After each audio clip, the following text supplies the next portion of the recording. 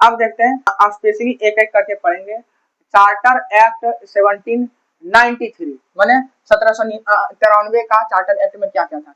It was introduce the renew the companies charter another 20 year के बीच में जो दिया गया था, 20 ईयर्स के बीच बाद इसको रिन्यू किया गया। It consolidate the company authority while introducing the administrative reform भी किया गया। ये आया था कर्नवालिस के समय, ठीक है।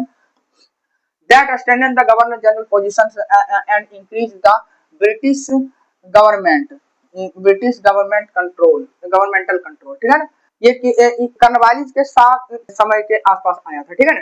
अब देखिए की features of charter act 1793। Extension of overriding power को क्या क्या एक्सटेंड किया गया। लॉर्ड कर्नवालिस, देखिए यहाँ पर लिखा है lord Cornwallis over his council were extended to all future governor general, माने भविष्य में आने वाले जितने भी गवर्नर जनरल था उसके लिए ये चीज बढ़ा दिया गया कि वो अपने कमिटी माने जो उसका काउंसिल है उसके डिसीजन को भी ओवरराइड करता है। This provision ensure the governor general had the final authority. यही प्रोविजन क्या किया है, गवर्नर जनरल के पास फाइनल अथॉरिटी को स्थापित किया, ठीक है ना। Decision making particularly in case of dispute, माने विवाद के मुद्दे पर खासकर, ठीक है।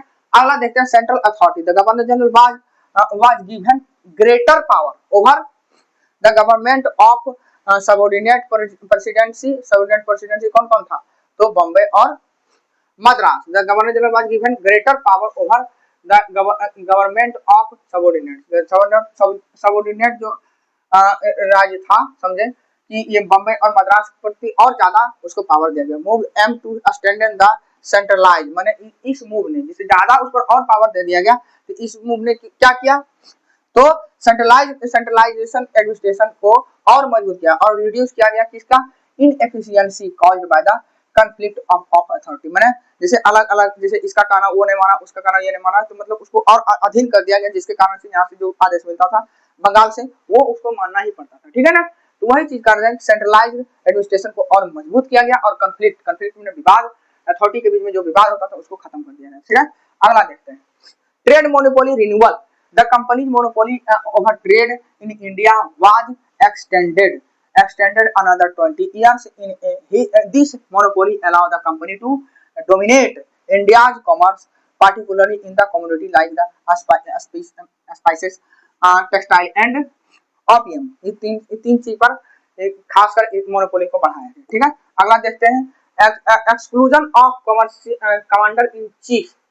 It was the stipulated that the commander in chief जो होता था वो गवर्नर जनरल भी होता था, armed force would not automatically the member of the governor general council unless explicitly appointed, जब तक उसको खास रूप से अपॉइंट नहीं किया जाए। This provision aim to prevent the conflict between the military and civilian governance. और इन्होंने क्या किया गया, मिलिट्री और सिविलियन गवर्नेंस कैसे होगा उसके बीच में जो माने कंट्राडिक्ट था, जो विवाद था, कॉन्फ्लिक्ट था, उसको खत्म कर दिया गया। Funding from Indian revenue act allow the salary of members. Salary member का सैलरी किसका, तो board of control and their staff, उसके स्टाफ को paid by from the Indian revenue से ही उसको पेड किया जाएगा।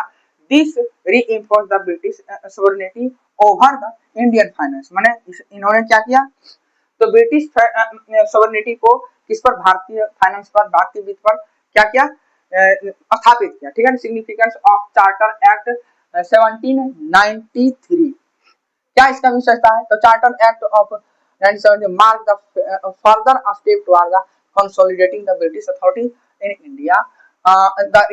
It reinforced the centralization of power, ठीक है, in the hands of Governor General and diminish the authority of subordinate। माने इसका सबऑर्डिनेट प्रेसिडेंसी जो था उसके ऑटोनॉमी को क्या कहते हैं, पूरी तरह से समाप्त कर दिया, डिमिनिश कर दिया गया, समझे। The continued trade monopoly ensured the company's financial dominance। माने कंपनी का फाइनेंशियल डोमिनेंस अभी भी था, but limited in economic opportunity. Indian merchant जो इंडियन व्यापारी था उसके क्या कर रहा है, उसके अपॉर्चुनिटी माने उसके अवसर को क्या कर दिया, काफी सीमित कर दिया गया, ठीक है।